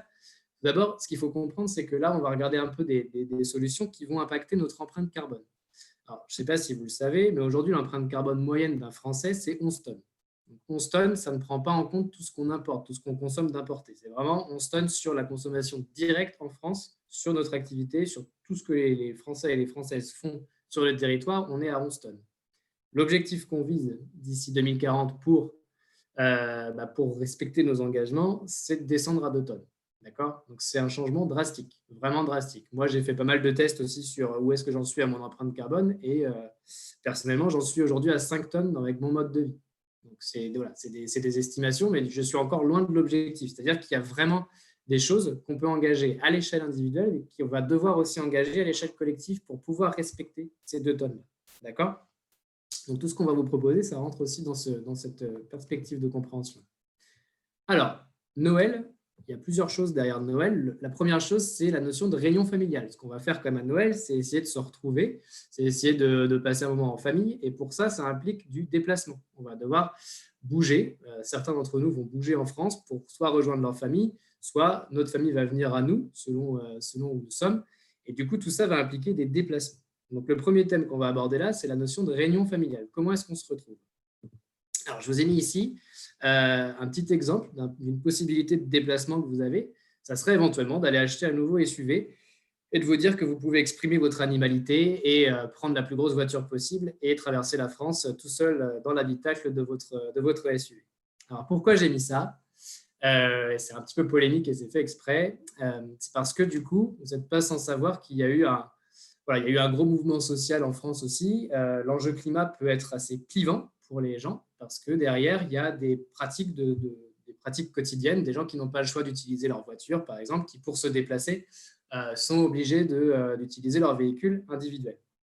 Mais ce qui est intéressant de regarder, c'est que tous ces véhicules n'ont pas le même impact. Donc, par exemple, le SUV, c'est l'exemple typique d'un véhicule qui va être extrêmement polluant. Et on pourrait croire que finalement, ces véhicules, maintenant qu'on a conscience de tout cet enjeu, de tous ces questionnements climatiques, que ces véhicules seraient limités dans leur commercialisation. Eh bien non. Entre 2008 et 2019, la part de vente de ces SUV dans les ventes globales de voitures, on est passé de 5% en 2008 à 38% en 2019. Et ça en fait la deuxième source de hausse des émissions de gaz à effet de serre énergétiques en France entre 2008 et 2018. D'accord ? Donc, vous voyez, nos choix du quotidien ont vraiment un impact. Alors, ça, c'était juste pour la petite intro sur le déplacement. Là, ce que je vous propose, c'est vraiment de regarder comment vous déplacez, quels sont les impacts en fait, des différents moyens de déplacement qui sont à votre disponibilité. Donc, vous pouvez y aller en avion. Alors, aujourd'hui, c'est un peu compliqué avec la situation sanitaire, mais pour un trajet de 500 km, un avion par passager, ça va être de 145 à 241 kg de CO2 par tête de pipe. Donc, on est vraiment sur un moyen de déplacement qui est assez émissif. Néanmoins, certains déplacements en voiture, si vous êtes seul, ça va être 170 kg de CO2 en moyenne. Donc, du coup, là-dedans, les SUV sont par exemple beaucoup plus élevés en termes d'émissions. Et si on compare ça avec le train, eh ben, si vous regardez par exemple le train en France, si vous prenez un TGV pour vous rendre sur votre lieu de famille et sur votre lieu où vous allez fêter Noël, vous serez à 3,2 kg de CO2 en TGV et en moyenne 11,8 kg sur d'autres trains qui sont disponibles en France. D'accord ? Sur un même trajet de 500 km. Ça, c'est les réalités, c'est les chiffres qu'on vous donne. Donc, voilà pourquoi est-ce qu'on vous incite plutôt, de fait, si vous voulez vous déplacer, à prendre le train, notamment un TGV si vous le pouvez, puisque c'est aujourd'hui le moyen de transport le moins émissif et le moins impactant en termes d'émissions de CO2. D'accord ? Après, la voiture, si vous êtes 5 dedans, si c'est un véhicule qui n'est pas fortement émissif, qui est plutôt un véhicule assez moderne, avec un poids à peu près respectable, vous pourrez aussi avoir une empreinte qui est assez faible. L'avion, bien sûr, sera toujours le plus émissif. Ça, c'est pour le déplacement. Alors, comme je vous disais au début, il n'y a pas de solution toute simple. Donc, encore une fois, il y a du oui, mais. Tout va dépendre de la provenance et de ce que vous allez devoir traverser comme pays pour vous rejoindre. Si, par exemple, vous avez plusieurs de membres de votre famille qui sont en Pologne, par exemple, et qu'il faut qu'ils traversent toute la Pologne en train, de fait, le mix énergétique de la Pologne étant fortement dépendant du charbon, vous allez avoir des ordres de grandeur que je vous ai présentés ici qui ne seront pas les mêmes. Le train ne sera pas alimenté par la même énergie, donc il aura potentiellement un facteur d'émission beaucoup plus important. Les émissions qui en résulteront seront plus fortes.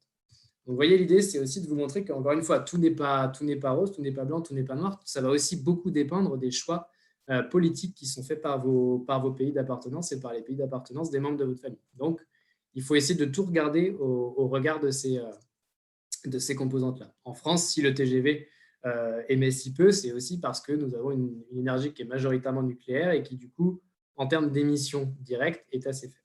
Après, il y a tout le processus d'acheminement et de production, de construction des centrales sur lequel je ne vais pas forcément revenir précisément, mais tout ça va avoir des impacts différents en termes d'émissions. Voilà pour notre thème « Se réunir ». Alors ensuite, il y a toute la partie… Camille, ouais, je t'en prie. J'avais une question de Justin qui disait « Que privilégier pour un réveillon de Noël dans un département où il n'y a aucune gare ?» De fait, la voiture et le covoiturage. Après, avec la situation sanitaire, c'est beaucoup plus compliqué. Dans une situation normale, on va dire, ça serait le covoiturage. On a Blandine ou les aussi. Transports en commun. Il y a d'autres transports en commun. Ça peut être de se déplacer en car, en bus. Voilà. Après, encore une fois, avec la situation sanitaire, tout est un peu remis en question. Mais en tout cas, dans un fonctionnement normal pré-2020, ça serait le bus, le car ou le covoiturage. Ou le vélo, si c'est courageux. La question suivante va beaucoup t'intéresser. On a Blandine qui demande « Que pensez-vous des compagnies aériennes qui proposent de compenser les émissions liées à notre voyage à travers des projets de reboisement, par exemple ?» Effectivement, ça c'est une question très, très d'actualité. Alors de fait, ça nécessite de prendre un peu de temps pour y répondre, pour ne pas dire n'importe quoi, mais de fait, ce qu'il faut comprendre lorsqu'on pose cette question, si vous prenez l'avion à un instant T et que vous vous dites que l'arbre que vous allez planter à cet instant T suffira pour compenser ce vol, là vous faites erreur, d'accord ? Puisque un arbre ne va pas capter les émissions de CO2 au moment où vous allez monter dans l'avion. Donc, ça veut dire que vous vous offrez un crédit sur la planète d'un certain nombre d'années. Selon les arbres, ça va être 10, ça va être 5, ça va être 15 ans. Ça, je ne rentre pas dans le détail, je ne suis pas forestier et je n'ai pas envie de dire des bêtises. Mais de fait, il y aura forcément un crédit que vous allez prendre sur la planète. Donc, prenez le fait qu'un vol peut être neutre en carbone, c'est un mensonge qu'on propose aux consommateurs de l'aviation. D'accord ? Donc, c'est vraiment un réel mensonge. Aujourd'hui, c'est ce qu'on appelle du tree washing. C'est-à-dire qu'on fait, du greenwashing à travers l'arbre, en disant que vous pouvez tranquillement vous déplacer en avion sans avoir aucun impact sur la planète. C'est absolument faux. Et après, voilà, ça ne veut pas dire qu'il ne faut pas faire de la reforestation, qu'il ne faut pas protéger nos forêts, que planter des arbres, c'est une mauvaise idée. Ce n'est absolument pas ce que je dis. Mais par contre, ce n'est clairement pas un facteur de neutralité carbone, en tout cas pas un facteur qui permet de pouvoir continuer à voler comme on l'a fait jusqu'ici. Merci. Une toute dernière question pour la route. On a Alexander qui demande que choisir entre le bus et le train, qu'est-ce qui est le mieux parce que le train coûte très cher, ce qui peut être limitant pour les plus petits budgets. De fait, déjà se poser la question entre ces deux moyens-là veut dire qu'il y a déjà une envie d'avoir une démarche climatique intéressante. Donc, c'est bien ce que je disais au début, il n'y a rien de tout blanc, tout noir. Le train non plus n'est pas tout rose dans son approche climatique, puisqu'il faut bien mettre en place des infrastructures. Il y a des trains qui traversent des forêts, donc il y a eu aussi des arbres qui ont été coupés pour faire passer des voies. C'est la même chose avec les autoroutes, c'est la même chose avec toutes les décisions que vous pouvez prendre seront d'une certaine manière contestables. Après, en termes de préférence, aujourd'hui en France, le moyen le moins polluant reste le train, le TGV principalement, notamment parce qu'il y a plus de monde dans un TGV et parce que pour faire la même distance, il aura forcément un niveau d'émission qui sera inférieur. Mais après, le bus est une solution. Le bus, les cars longue distance sont des solutions tout à fait valables aussi. Alors, il y a des questions qui arrivent. Je ne sais pas si on a le temps d'en prendre encore deux. Tu m'autorises? Je ne sais pas. Il est... Ouais, vas-y. Il nous reste 20 minutes. Ouais, ça on a Vita qui demande, existe-t-il des sites où calculer son empreinte carbone avant un déplacement en avion, voiture, train ou bateau? Oui, il en existe beaucoup. Il y a notamment l'ADEME en lien avec l'association Bilan Carbone. Donc, si vous tapez sur Google calculateur carbone ADEME Association Bilan Carbone, vous trouverez un calculateur carbone qui est celui avec lequel je vous ai donné mon résultat de 5 tonnes là, quand je vous ai présenté les tonnes en France. C'est un calculateur qui est assez simple et qui permet de mesurer son empreinte carbone. Après, pour un vol, pour un déplacement, pour un événement, par exemple, il y a aussi d'autres calculateurs qui existent. Il y a celui de la Fondation Coup de Planète, qui est une autre organisation qui travaille sur la lutte contre les changements climatiques, qui propose aussi qui propose un calculateur. Le GRS en proposera un aussi dans les mois à venir, dans les semaines à venir. Donc, il y a beaucoup de ces calculateurs sont disponibles sur Internet. Ils ont tous des résultats qui parfois vont être un petit peu différents. Donc, celui que je conseille le plus, c'est quand même celui qui dépend de l'ADEME, qui est très précis. Ok, puis dernière question et on passe à la thématique suivante. Ouais. Pouvez-vous nous donner une idée sur où on en est sur les recherches pour réduire les émissions de carbone des transports aériens? Je ne sais pas si tu as quelque chose à dire sur le sujet. Je n'ai pas forcément de trucs précis là-dessus. Je sais qu'il y a pas mal de compagnies qui se sont engagées à réduire l'impact carbone des vols, notamment en développant des avions qui fonctionnent soit qui sont plus légers, qui du coup consomment moins de kérosène, soit qui fonctionnent avec des moteurs autres que au kérosène. Tout ce que je sais, c'est que pour l'instant, ça reste de la science-fiction. On n'a aucun vol aujourd'hui n'est en mesure d'être neutre en carbone, puisqu'on ne peut pas faire un Paris-New York neutre en carbone, c'est totalement impossible. Donc, même si la R&D avance, au vu de l'urgence climatique, en tout cas pour l'instant, elle est toujours à la bourre par rapport à la vitesse à laquelle il faut qu'on aille. Merci. C'est bon? Super. Ouais. Alors du coup, le thème 2, là, va toucher à la tradition de Noël. Du coup. Alors maintenant qu'on s'est réunis, qu'est-ce qu'on fait une fois qu'on est ensemble? Alors, le principal quand même poste d'émission de Noël, ça reste le repas. Alors, je ne sais pas si vous avez un peu conscience de ces chiffres-là, mais selon ce que vous allez choisir de faire au repas, vous allez avoir un impact plus ou moins important en termes d'émissions de votre repas de Noël. Alors, si vous choisissez un repas à base de viande bovine, vous allez avoir une viande bovine et à côté, bien sûr, de l'accompagnement. Vous n'allez pas juste manger un steak. Mais l'idée, c'est que si vous avez un repas qui est à dominante bovine, vous allez être sur un repas qui va être à un peu plus de 6 kg de CO2 pour ce repas-là. Donc, si vous êtes 10 autour de la table, ça monte assez vite en termes d'empreinte carbone. Si vous faites le choix d'aller vers de la viande blanche, du poulet ou autre, vous allez déjà réduire quasiment par 6, pas exactement, mais quasiment par 6, l'empreinte carbone de votre repas. D'accord? Donc déjà, si vous vous dites, tiens, je privilégie la viande blanche par rapport à la viande rouge, et ben là déjà, vous allez pouvoir avoir un impact bien moindre en termes d'émissions de CO2 sur le repas de Noël. Et enfin, la dernière solution possible, c'est aussi de passer à un repas végétarien. D'accord? Donc là, qui vous permettra de réduire drastiquement les émissions de CO2 du repas. D'accord? Vous allez descendre en dessous de 1 à 0,50 kg de CO2 pour le repas. D'accord? Donc déjà, sur la dominante que vous allez choisir sur le repas, vous avez un impact potentiel. Alors, encore une fois, comme je vous le disais au début, tout n'est pas blanc ou noir là-dedans.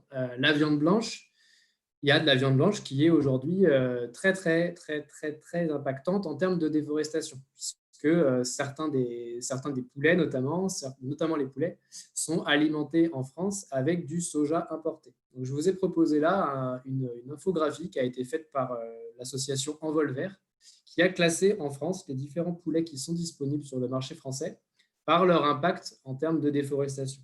Donc, si vous optez pour de la volaille à Noël, essayez de privilégier des poulets qui sont dans les catégories A à C. Si vous allez vers des poulets qui sont plutôt de D à E, voire pire, bah là, techniquement, votre empreinte ne sera pas du tout la même. Ce ne sera pas celle que je vous ai indiquée ici. D'accord? Donc, ça veut dire que tous ces chiffres-là, encore une fois, sont à prendre avec des pincettes. Il n'y a encore une fois pas de solution miracle. Si vous optez pour de la viande, vous aurez un impact qui va être plus ou moins grand selon ce que vous allez choisir comme viande. Mais pour les légumes, c'est pareil. Si vous voulez faire un repas à base de fruits et de légumes, bah, il faut essayer de faire attention à taper dans les fruits et légumes qui sont de saison et qui sont disponibles en France, et notamment en France métropolitaine. Parce que moi, je me souviens souvent quand c'est Noël, je rentre aussi chez mes parents et je regarde le journal télé et j'adore voir ces reportages où on nous dit qu'il faut absolument cette année avoir de l'ananas sur la table. C'est hyper bien l'ananas, ça fait bien. Mais on ne produit pas d'ananas en France métropolitaine. Donc, si vous décidez d'aller vers ça, donc effectivement, vous pouvez faire un repas végétarien en ayant de l'ananas et d'autres fruits ou légumes exotiques. Mais de fait, votre empreinte carbone va être bien supérieure à celle que je vous ai indiquée ici. Donc, il faut vraiment se renseigner sur la provenance des légumes, la provenance des fruits que vous allez pouvoir mettre sur la table si vous avez envie d'engager une démarche écologique et climato-compatible de votre repas. Donc, je vous ai mis ici ceux qu'on trouve en termes de fruits et légumes disponibles sur le marché français, cultivés en France, en décembre. Voilà, ça c'est un exemple de cette notion de il n'y a pas de solution simple. J'ai bien compris le rapport entre le climat et la dinde. Donc là, il y a un petit sondage apparemment qui vous est proposé. Je vous laisse y répondre. OK? Alors, ça c'est pour le repas. Et il y a un dernier truc que vous pouvez faire avec le repas et qui est parfois un petit peu méconnu des gens, c'est penser à dégeler le congèle avant de démarrer le stockage des denrées agricoles et des denrées alimentaires pour votre repas. Il faut que vous sachiez que si vous avez 2 à 3 mm de glace dans votre congélateur, et ben, sa consommation va augmenter en moyenne de plus 30% par rapport à la normale. Donc, si vous consommez plus, ben, vous allez forcément avoir un impact plus important en termes d'émissions de CO2 derrière. Donc, avant de commencer à stocker, on dégèle le congèle. C'est aussi une des solutions possibles. OK, voilà pour le repas.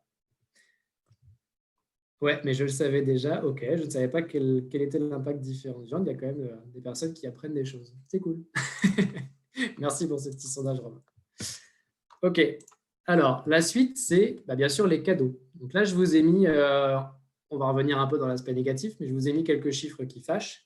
Donc, je ne sais pas si vous le saviez, mais en 2019, du coup, donc je n'ai pas pris 2020 exprès parce que 2020 a été un peu différent, encore une fois, mais en 2019, l'humanité a consommé toutes les ressources produites par la Terre en 8 mois. C'est-à-dire qu'au mois d'août, on vivait à crédit sur ce que la Terre pouvait nous offrir pour subvenir à notre niveau de consommation, à notre niveau de production.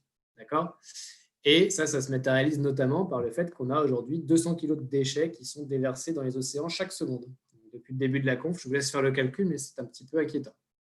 Alors, ça fait écho au fait qu'on peut s'offrir des cadeaux qui sont un petit peu différents de ce qu'on a fait jusqu'ici. On n'est pas forcément obligé d'aller chercher le jouet en plastique qui effectivement finira à la poubelle dans 2-3 ans. On peut essayer de trouver d'autres cadeaux à s'offrir. Et ça peut se parier, par exemple, par des initiatives comme Eticadeau, qui est une carte que vous pouvez vous offrir et qui vous propose d'aller vers des produits qui sont éthiques, qui sont solidaires, qui sont engagés, qui ont un engagement climatique fort, et ça vous permet de sélectionner d'autres. Ça permet à la personne à qui vous offrez cette carte de sélectionner d'autres biens, d'autres choses, et ça vous permet vous aussi d'engager ce changement auprès de vos proches tout en leur faisant quand même plaisir. L'idée, c'est pas de rien s'offrir, c'est pas de dire il faut faire un Noël totalement sobre et manger 3 oranges. C'est pas ça qu'on vous propose là, mais c'est bien qu'il y a d'autres solutions aujourd'hui existantes pour pouvoir faire un Noël et des cadeaux notamment qui ne vont pas contribuer à utiliser les ressources de la Terre en moins de 8 mois. Il y a Sam qui dit dans le chat que cette année, il offrira des cadeaux d'occasion uniquement à ses amis. Et ils sont Exactement, je prévenus. l'ai pas. C'est vrai, tout à fait, je l'ai pas forcément mentionné sur les solutions, mais il y en a plein d'autres des solutions. On peut offrir des cadeaux d'occasion, on peut aller chercher des bouquins d'occasion, on peut s'offrir des vêtements de seconde main dans les friperies. Enfin, il y a plein de choses qu'on peut faire en fait. Même un truc tout simple, n'emballez pas vos cadeaux. Prenez du papier recyclé, des journaux, des choses comme ça. Rajoutez pas un papier de plus sur les cadeaux, un truc qui va finir à la poubelle quelques secondes après l'ouverture. Il y a plein de choses qu'on peut faire comme ça. On peut s'offrir des cadeaux dans des sacs finalement. Il y a Will qui demande si ces petites actions et solutions peuvent faire la différence. Comme disait Camille tout à l'heure, c'est une goutte d'eau dans l'océan. Chacun fait un effort à son niveau, mais ça fait partie d'un ensemble. Le but, c'est pas. Une fois qu'on a ces constats, ces grands chiffres climatiques que j'ai donnés au début, c'est sûr que ça freine un peu. On se dit merde, on peut rien faire finalement. Mais c'est pas. Faut vraiment pas le penser comme ça. Il faut se dire qu'on peut engager des choses. Ça fait des années qu'on parle de la méthode du colibri, des petits gestes. Ouais, ça reste des petits pas, mais ça reste des choses qui vont aussi vous mettre, vous, dans une démarche de changement, qui vont vous permettre d'engager vos proches aussi dans cette démarche. C'est aussi pour vous sentir un peu plus en accord aussi avec ce qui se passe autour de vous. C'est quand même important, ce genre de petites choses. C'est clairement pas ça qui va freiner dès demain nos émissions de CO2. C'est vraiment pas ce qu'on dit là, mais c'est bien un des possibles en tout cas. Et je pense qu'il faut avoir aussi en tête le fait que nos modes de consommation influencent les industriels, les entreprises, et qu'on pousse ceux qui produisent, ceux qui vendent, ceux qui commercialisent à le faire différemment si on change nos modes de consommation en fait. Donc on entraîne tout un système aussi en même temps. Il y a un effet d'entraînement derrière, c'est vrai. Pas d'autres questions sur la partie tradition ? Non, il y a Romain qui vient de partager des alternatives au paquet cadeau. Voilà. Super. Mais c'est tout. Tu peux continuer. Alors du coup, là, le troisième thème, c'est le cadre dans lequel vous allez faire tout ça. Donc, maintenant, vous avez réuni tout le monde, il y a le repas qui est sur la table, les cadeaux sont sous le sapin, tout est prêt. Le cadre d'accueil maintenant, c'est important aussi le cadre. Alors du coup, ce qui est intéressant de voir, c'est quel chauffage dans cette pièce-là. Alors généralement, quand on est nombreux, quand on est au repas de Noël, il commence quand même à faire assez chaud. Mais je vous ai mis là les recommandations qu'on a aujourd'hui en termes de chauffage des salles. Donc il faut paramétrer, programmer ces systèmes de chauffage, alors qu'ils soient électriques, au gaz, chauffage central, quel que soit le système de chauffage que vous avez. Voici les températures qui sont recommandées pour avoir un impact moindre sur le climat. Donc, en termes de pièces à vivre, il faut essayer de viser la température de 19 degrés, dans les chambres plutôt 16. D'accord ? Un petit chiffre qui est intéressant d'avoir en tête, c'est que pour 1 degré de moins de chauffage, ou en tout cas de commande de chauffage sur votre appareil, là, vous avez une réduction de 7% de la consommation énergétique du dispositif. En moyenne, bien sûr. Tout ça, encore une fois, c'est des moyennes. Donc ça, c'est la première base. On peut privilégier plutôt la chaleur humaine à la chaleur électrique, au gaz ou au poêle ou quoi que ce soit, quel que soit votre système de chauffage. Donc ça, déjà, c'est la température. Certains vont me dire, mais dis donc, il va faire froid dans le lit quand il fait 16 degrés dans la chambre. Ben justement, le retour en force de 2021, c'est la bouillotte. Vous pouvez acquérir une bouillotte que vous mettez au fond du lit et qui va vous permettre d'avoir sous les draps une température à peu près, même assez chaude, hein, puisque si vous vous débrouillez bien, vous pouvez avoir une température très agréable dans le lit grâce à la bouillotte. Vous pouvez aussi investir un peu plus dans des rideaux sur vos fenêtres, dans des tapis à mettre au sol. Il y a plein d'actions que vous pouvez faire pour réchauffer votre logement, ou en tout cas éviter que vous y ressentiez du froid, et qui vont vous permettre de faire des économies d'énergie, des économies en termes d'émissions de CO2, et aussi des économies, bien sûr, pécuniaires, puisque de fait, si vous chauffez moins, vous dépensez moins aussi. Donc ça, c'est pour la partie chauffage. Après, il y a la partie décoration. Là, je voulais vraiment vous mettre cette partie sur la décoration, notamment sur les guirlandes qu'on aime beaucoup, hein, généralement à Noël, les guirlandes qui font de la lumière. Ça ne vous viendrait pas à l'esprit, par exemple, de quitter une pièce, d'aller vous coucher à minuit juste avant que le Père Noël ne passe, et de laisser la lumière du salon allumée. Vous ne le feriez pas parce que du coup, ça fait des années qu'on se dit il ne faut surtout pas laisser les lumières allumées quand on quitte une pièce. C'est pareil avec les guirlandes, en fait. Même si en termes d'émissions, ce n'est pas gigantesque, en termes de consommation d'énergie, ce n'est pas aujourd'hui l'éclairage qui est le principal poste. Le simple fait de faire l'effort d'aller éteindre cette guirlande au même titre que vous avez éteint les lumières, si vous avez des enfants, par exemple, ça va aussi commencer à mettre dans les esprits que ça ne sert à rien de dépenser de l'énergie juste pour la dépenser. Donc, la lumière, ça a aussi un impact de symbole derrière. C'est vraiment de se dire qu'il n'y a pas de petites économies en termes de consommation énergétique. Et enfin, et ça je le dois à mes collègues de l'équipe France, et notamment à Kamel, qui nous suit d'ailleurs, je le sais, ce soir, je ne sais pas si vous avez conscience de l'impact du Wi-Fi que vous aurez probablement dans la salle dans laquelle vous allez dîner le soir de Noël. Eh bien, le Wi-Fi, c'est une petite borne qu'on a tous maintenant chez nous et qui, la nuit, consomme 8 heures quasiment, si vous dormez à peu près 8 heures, pour rien.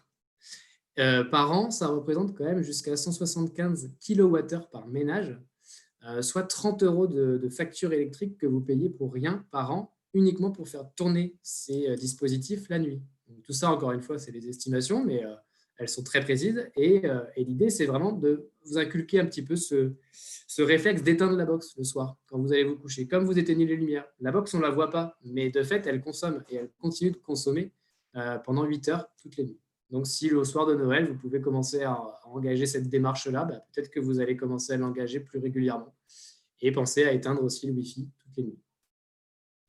Voilà, un autre exemple de petit geste que vous pouvez faire le soir de Noël. Et si vous faites tout ça, vous aurez un Noël qui sera déjà beaucoup plus climato-compatible qu'un Noël sans tous ces gestes-là. Voilà. Et je vous propose de terminer cette partie sur les gestes autour de cette phrase d'Antoine de Saint-Exupéry qui disait que l'avenir n'est jamais que du présent à mettre en ordre. Tu n'as pas à le prévoir, mais à le permettre. Voilà. Mathieu, je te redonne la main s'il y a des questions, s'il y a des besoins d'éclaircissement sur ces différents gestes, même si on en a pris déjà. Alors, on va laisser aux gens le temps de poser leurs toutes dernières questions s'ils en ont encore, avant qu'on conclue. Ouais. Pendant que tu parlais, il y a Marie-Noëlle Reboulet, donc notre présidente du GRS qu'on salue, qui proposait de faire en cadeau plutôt des entrées ciné ou spectacles avec un impact carbone faible, donc, mais tout en soutenant le milieu culturel qui souffre en ce moment. Ouais, une pierre de coups. Offrir du temps, c'est bien. Pour la sortie du confinement. Ouais. Alors, on a Sam qui nous dit bravo, merci. Bravo à Camille surtout. Et on a Waïl qui insiste, qui dit que ce sont des éco-gestes très importants, mais qu'il faut évidemment un passage à l'acte de masse.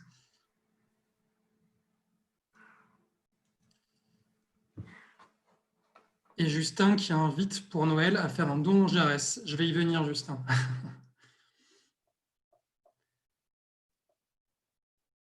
Ok, Alexander qui nous dit merci beaucoup à vous deux, c'était vraiment top. Merci, Alexander. Bon, on n'a pas beaucoup de questions, on a surtout des remerciements. En tout cas, moi je trouve qu'on a passé un chouette moment, c'était cool parce que vous avez beaucoup réagi. Donc on a eu plein de questions et remarques aussi pertinentes qu'on a pu partager avec l'ensemble des participants. Donc ça a donné, je trouve, une conférence vivante.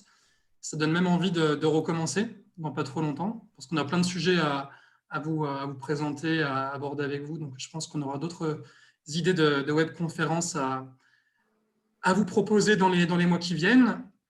On n'a pas voulu s'étaler trop sur cette conférence sur les actions du GRS, parce que ce n'était pas vraiment le sujet, mais j'aimerais quand même juste vous rappeler rapidement les quelques actions qu'on mène, très rapidement, hein, mais notamment sur l'Europe et la Méditerranée.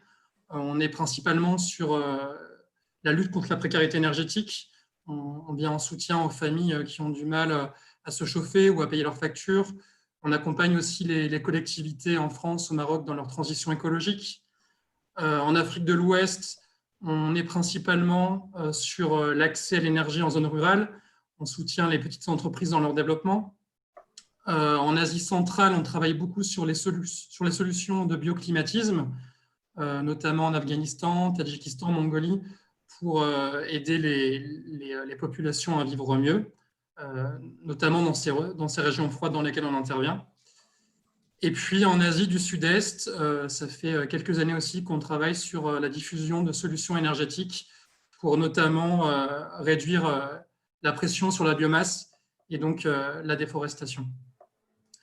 Voilà, donc ça c'est les actions qu'on mène. Si vous croyez dans les causes qu'on défend et dans les actions qu'on mène depuis 40 ans maintenant et qu'on espère continuer à mener dans les années à venir, n'hésitez pas à nous soutenir en faisant un don par exemple en cette fin d'année.